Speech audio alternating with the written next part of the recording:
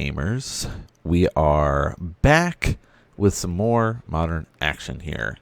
And this time we got Simic Infect versus Boros Energy. The guilds are going at it in a clash of new school modern versus old school modern here, with a deck that doesn't really see much play anymore except for the few diehard fans like myself, fighting against kind of the best deck in the format. And we are coming up on, well, December now, so there is going to be that ban talk. We know, I mean, the collective, we know that there's going to be a ban happening, probably with the One Ring. And we feel like there needs to be something related to Boros Energy that gets banned. So leave a comment. Let me know, what do you think should get banned from the deck? Because it is the best deck in the format, hands down. You play online, you play at tournaments, even at your LGS, you'll see it. You know, we've got a Guide of Souls to start out, and that would be my pick personally for the best card, because like the other creatures are scary, but a creature-based deck is a little bit more fragile when it doesn't have a way to just gain life off of just playing creatures that you can then sink in and give your creatures evasion. Like, it's the best energy producer and energy sink in the game of Modern in every format. So, Galvanic Discharge is going to come out here. We're going to do a little bit of spell slinging battle here. Going to be targeting our Venerated Rot Priest whenever it becomes the target of a spell. You, of course, do give your opponent a poison counter there. So, the newest addition to Simic Infect, if you haven't seen it in years, a lot of people have attempted or done some variations of Golgari or Sultai Infect. There is some merits and benefits to going for that route, specifically if you are going for a deck to try to play Infect against a Boros Energy. Phyrexian Crusader is one of those because it has pro-red and pro-white. It is slower. It's a little bit more almost mid-rangey Infect style, where the Simic Infect is explosive. We've got the evasion with Blighted Agent, so you can be able to kill, if you have a crazy hand, you could kill as early as turn 2. It is very rare that it happens, but I have gotten some turn 2 wins. I basically have gotten a win with Infect in pretty much every way possible at this point. All right, I've been able to win with killing someone with combat damage using Noble Hierarch. I've been able to kill someone with combat damage using Dryad Arbor. I guess I have not killed somebody with combat damage with a Venerated Rot Priest yet, but usually at that point, if I'm pumping all these spells into Venerated Rot Priest, you're dead from the infected, the poison anyway, so it's eh. All right, so we did a little bit of fight over here. Mutagenic Growth trying to kind of do this little battle. Then we end up with, you know, the Static Prison stripping away that card anyway. We followed up with a little bit more protection as well with a Spellskite. A lot of lists, if you're thinking about Infect, have added it back in main board as a way to kind of go about things here. But now we have a second Guide of Souls, and things are about to get out of hand very quickly here. The amount of life gain, the amount of energy produced, which is the big thing, because then you can start paying the energy, give the creature 2 additional +1 counters, as well as flying. And hey, how about an Ajani Nikadal Pariah here to be able to generate 2 bodies for the price of 2 mana, and then, of course, you generate 4 energy off of that. Or, sorry, you generate 2 energy, essentially, from each creature. Boom, boom, boom, 4 energy, and then, of course, you gain that life as well.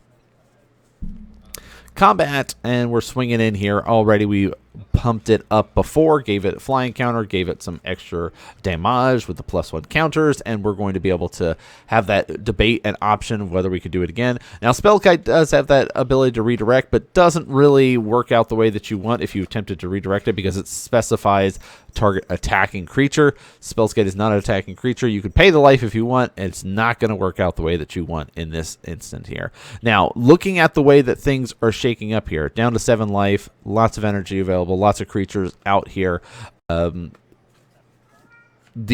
8 that we had here of play the Spellskite or play the Blighted Agent last turn turned out, didn't really work out as well in our favor, because with pump spells that we have, we had a better chance of trying to go for a win with a Blighted Agent attack on that turn compared to now we have a Blighted Agent. And yes, we have a Spellskite, but we still have to deal with flying damage coming our way. So we'll see what other threats come out. Here's an Oscillate Pride. Triggers again, additional energy getting built up, additional life getting added to our count here, and we'll move to combat. Swing the team across. Easy little cleanup here with some energy pumping in for some flying. With only 7 life left for the Simic Infect player, we can easily have the Boros take it because there is 8 total damage flying in the air here. And that'll be the scoop up quick game for our Boros Energy to be able to get. So hope you guys are enjoying our commentary that we've been doing throughout this year. We have been pushing really hard with the twice a week content. We're going to continue to push with that. We do have coming up on Saturday another interview with another content creator. So stay tuned. It's going to be with Kuro. If you guys have watched content like Shuffle Up and Play for Tolarian Community College, you've got to see him participating in that adventures. If you've been able to see some of the other adventures that he's done with Tabletop Jocks, he's been on that, and of course streams on his own channel there. So we got to sit down and do a nice little interview. It was a little bit longer, hour 20 minutes or so. We could have made it even longer, to be honest. I cut it off at that point. I was like, all right, we could talk all day. So if you're looking for a really interesting talk, especially related to content creation and Commander or Magic in general, we talk video games for a bit, talk about Rainbow Six Siege, talk about RTS games. We kind of talk about shows that we're enjoying. So a lot of cool content for you to be able to enjoy coming up this Saturday. So we are going to be doing that on a monthly basis at the beginning, the first Saturday of every month. Hopefully we'll continue with that schedule the best we can. So, we've got that to look forward to this week in addition to our Monday and Thursday commentary for you to enjoy. All right, let's see. Is this a better hand to keep? Yep, looks like it is. So mulliganing to 6. Botanical Sanctum. I've got to get those signed. As you notice, we are on the hunt for signatures with this deck. Got to get those Botanical Sanctum signed. We rotate in and out about how many Botanical Sanctums we run compared to fetch lands and things like that. Just, it's all dependent. Maybe we'll adjust that number a little bit more. We're running 2 basic forests, 2 breeding pools, and 1 of our Surveil lands. Then the rest is variation, of course, with the 4 Inkmoth Nexus. All right, so here is the first little thing for those that are not as used to fighting against Infect. This is a very risky move here of interacting and responding within combat. There is a little bit of information that we've got to kind of go, okay, maybe we can get away with this because our opponent played an Inkmoth Nexus, so they're not looking to do like a big pump and try to kill me this turn. But if we had, played double forest or something like that, or had access to double green, we might have a lot of cards in hand. So there's this debate. So we are in this debate here because we could fight over this and win, lose our creature. So we go, let's go for the Blighted Agent. Follow it up with a 1/1 unblockable Infect creature. So our Boros Energy player going to be, of course, on the draw, going to be kind of doing the more responding here. They've got another discharge. And again, we're in this debate of, do we fight for it? No, we'll let that go. So 2 discharges used right away. That's kind of the downside to Infect in our current modern meta, right? It is very, very hateful to kind of run around, especially with things like discharges and stuff like that. We've got a Guide of Souls to follow it up, followed on the other side for a Noble Hierarch, which, tapped out. We know there's no kind of instant free spells that can be coming our way, so we can get away with a little bit of a exalted trigger Ink Moth swinging for 2 damage. Now we got a big ramp up of energy. All this energy that we've been accumulating will help us hit something good off our Amped Raptor. Of course, there are 3 drops and stuff, especially, you know, post-board with having access to, like, our Blood Moons and stuff. But here's the hit, a Seasoned Pyromancer. So some variations of the Boros Energy are testing things out like Seasoned Pyromancer. Some are testing out versions of more of our you know, Mirror Breaker package, and trying to find a better shell, knowing full well that we're expecting the One Ring to get banned out. I'm still hoping for a limit, right? Just restrict it down to 1. Flavor wins. The card's cool card. I think it's fine. I think it's perfectly fine. But big energy increase and life increase here with that Seasoned Pyromancer. We do not get a land, it looks like, off of the draw effect there. So we did discard 2 cards, drew 2 cards. We'll pump in for some more damage. And lots of blockers on the ground. So if we were relying just on our Glistener Elf, we would be having a really tough time. Luckily, we have things like Distortion Strikes to help give us some blockable. I've been seeing some lists run Apostle's Blessing again, which is an old card. I have not yet gone back to it. Maybe that'll be something that we test out if we start playing more of the Simic Infect. You know, I've been playing a lot of the Just Kind of Control. We'll see as we go things with the One Ring getting ready to get banned. I am looking for other decks to try to go for. Maybe we'll try some other shenanigans with the Jeskai Control. It might be a bit, but here's the activation here of our Ink Moth Nexus and the debate about how to do the combat. Again, there's no direct information on the battlefield that has us worried, so it's just sort of confirming the math. Exalted Trigger, so 2 damage coming across here initially. Before damage, we'll lose a life and cast this Vines of Asswood Kicked, so we get hexproof for our creature, essentially, right? It's like, it doesn't list the keyword of hexproof, but it is hexproof. +4/+4 is what we care about, giving it to 6, and then we have a 2 life to pay for the mutagenic growth to give up to a total of 8 damage, already with that 2 infect, tying it up 1-1 with 10 total infect damage. So now we go to game 3, tied up 1-1. Both very aggressive decks, so again, if you guys have not yet subscribed, consider subscribing. We're getting closer to that 1,000 mark for anyone that's still hanging out, watching, listening, enjoying the content. We appreciate you. We are, let's see, what is our current count? As of right now, 910 of you have enjoyed our content enough to subscribe, so we appreciate you. Hope you enjoy it. Hope you will stick around as we continue to increase our content creation adventures here. Let's talk a little bit about these basics, though. Where are you at with the basic lands here? We see some very cool styles from our Boros Energy player here. Like, it's, you know, very bright, very, you know, full art style in your face here with the kind of constellation style mountain, and then the Dominaria remastered adventures for the plains. But we've got a Glistener Elf followed up with, hey, here is a Ajani again to make a bunch of bodies there.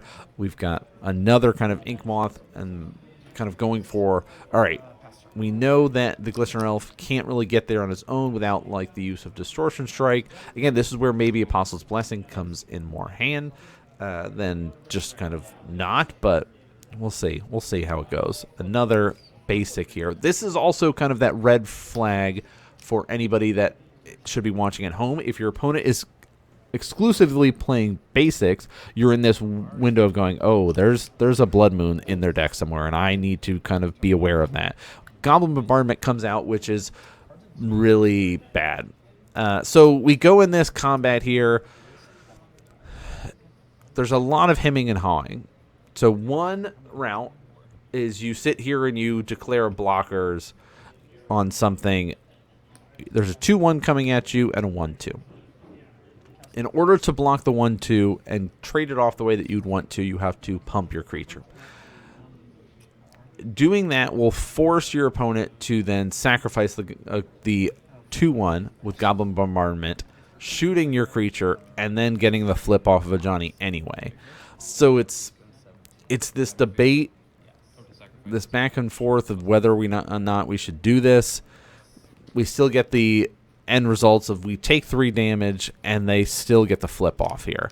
So Johnny Nakatl Avenger, we of course going for that 0 cost, generate more creatures, and then we are able to shoot something. This has been another creature that some players have talked about as maybe a potential or worth it to be able to get banned.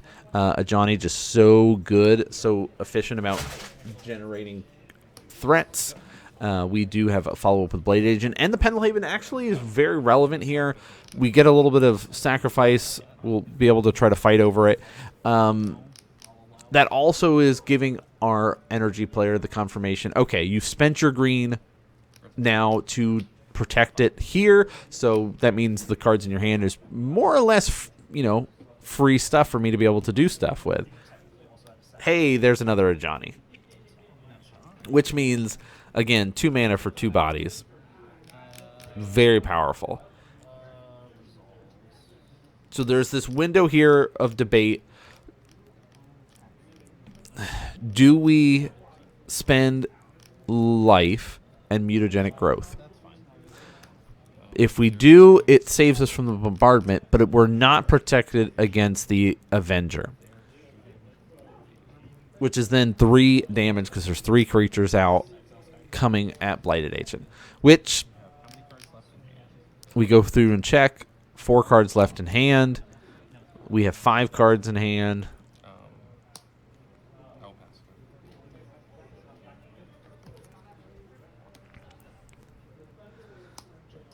All right, another land.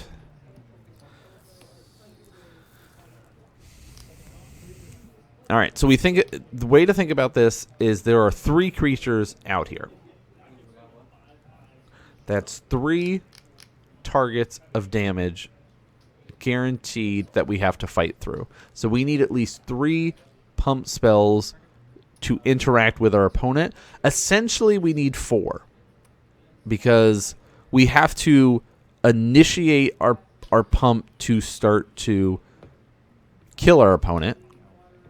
And then they're going to respond 3 times that we have to then respond to and come out ahead. So the mathing it out and sitting here, and that's the debate right now, right? We know that there are 3 targets of damage coming on the board based on Goblin Bombardment and 3 creatures being out. Cost 1 mana to activate Inkmoth Nexus. That gives us 2 green mana available to respond. Puts us in a weird situation.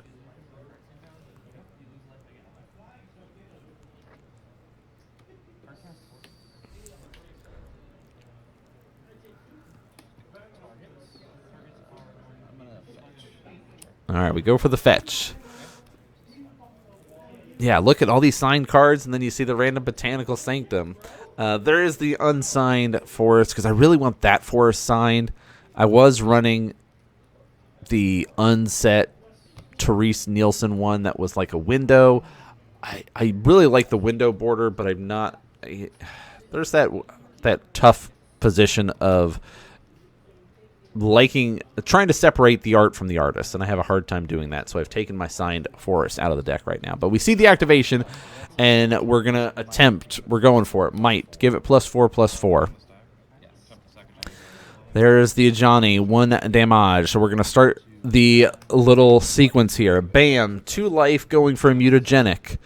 That's going to cause an additional sacrifice, 2 damage. Another 2 life coming for the mutagenic. We'll try it again, and this time we're going to attempt with a Blossom Defense and met with a Vault. So there's exactly 10 on the battlefield there for kill. If our opponent doesn't have a Lightning Bolt there, we get through and we get the win. So again, we needed 4 pieces of interaction there to try to get it, and it just was not. It was just so close, but no cigar. Yeah, so you get to see a little bit of the sideboard stuff. I feel like pick your poison is perfectly fine for this matchup. Your opponent is going to be, having a bunch of annoying enchantments like the bombardment, as well as their ways to kind of exile our creatures. There's blood moons, things like that. But also, they're using Guide of Souls to give things flying and stuff. So it's like very tough. But we see this stupid little lizard there that, of course, deals damage equal number of instants and sorceries cast. It's like an anti-storm card. So a lot of cool cards brought in from both sides there. But hope you guys enjoyed that game. We do have some more Boros Energy. We've got some more Infect. We've got some Murktide. We've got some Life Gain combo. We've got a lot of great games coming up. Eldrazi Adventures. And then, of course, our interview coming up on Saturday for you to enjoy. But that's going to do it for us here. Thanks so much for tuning in and watching, everybody. Hope you guys enjoyed it, and I'll see you all next game.